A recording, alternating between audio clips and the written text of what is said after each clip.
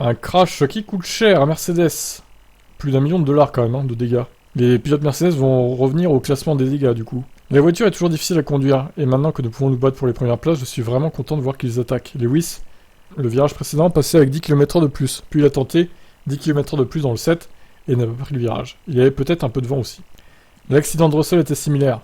Vous avez vu qu'il était en avance sur son temps delta, et c'était une force de ses tentatives précédentes, il s'est allé trop loin. Qu'il y ait eu du vent ou d'autres conditions, je pense que le résumé est que la voiture est difficile à conduire. Mais elle est plus rapide maintenant, et pour moi c'est tout à fait correct. Wolff pense que les deux pilotes auraient été proches de la lutte pour la pole hier. Le tour, les derniers virages que Lewis a pu faire, ont été les plus rapides en général.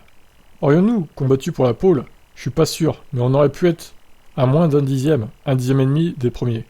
Les accidents ont laissé beaucoup de dégâts aux voitures. Wolff a déclaré qu'ils évaluaient toujours l'étendue. Nous avons 2 planchers, des boîtes de vitesse que nous devons vérifier, les longs arrière, des morceaux ici et là.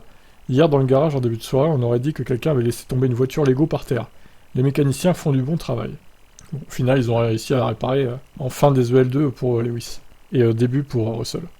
Les dégâts auront des applications sur les budgets plafonnés, 1 million de dollars au bas mot.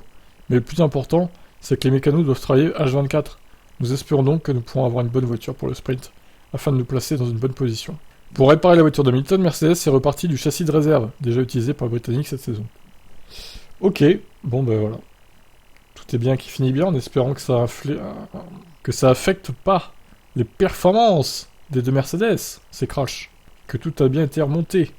Les pauvres mécanos, ils ont eu du boulot en tout cas. Allez, ciao.